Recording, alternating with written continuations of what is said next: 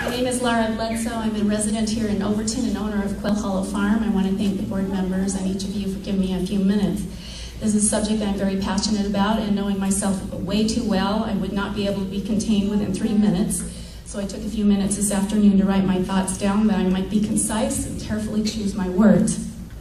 I understand many of people have told me, good friends, that this is two separate issues. We have two issues going on here. There's Cliven's fight with the BLM, and then there's this issue of this overreaching abuse of power of federal agents. I believe that is true. I understand that for the most part, this group is here to express our outrage over the egregious intimidation, heavy-handed, and I believe even unlawful abuse of power from federal agents. I, too, join with you in protesting and contesting these abuses. I personally have been counseled by my political mentors and even caring friends to be careful in regards to my support of the Cliven and Carol Bundy family because they have broken the law. I have thought about this. Actually, it didn't take me very long to think about it. For those of you who were not there, let me tell you that for Monday morning at the Bundy Ranch, I had an experience that inspired me and changed my life for good. Shakespeare said that misfortune is good milk for great souls. Although Cliven and Carol are fellow farmers and dear friends of mine, I had never met their son Ryan until that time.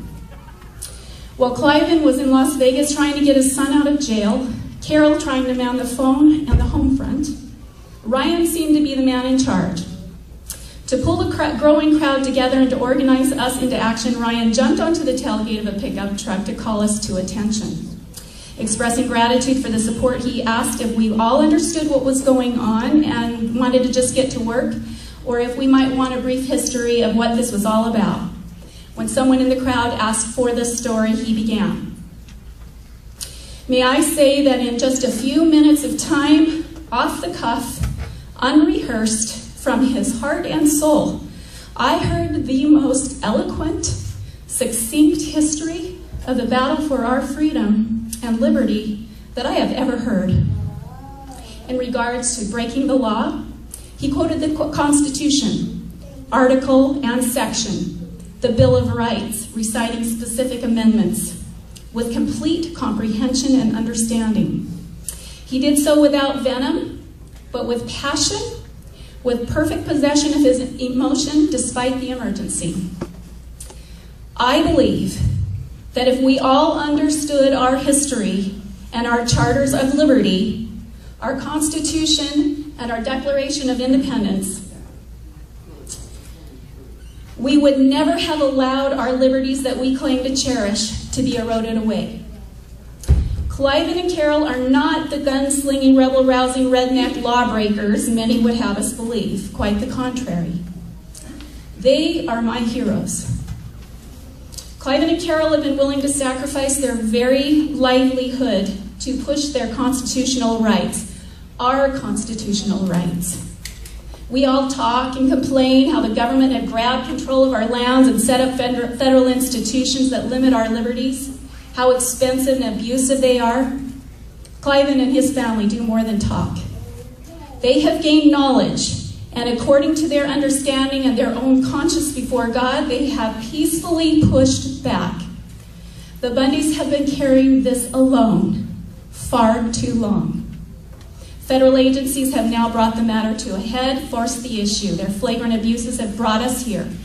Many because they've touched our pocketbooks and our leisure enjoyment. I too stand as a witness against this. In addition, for public record, I openly, publicly, and personally say I stand with the Bundys.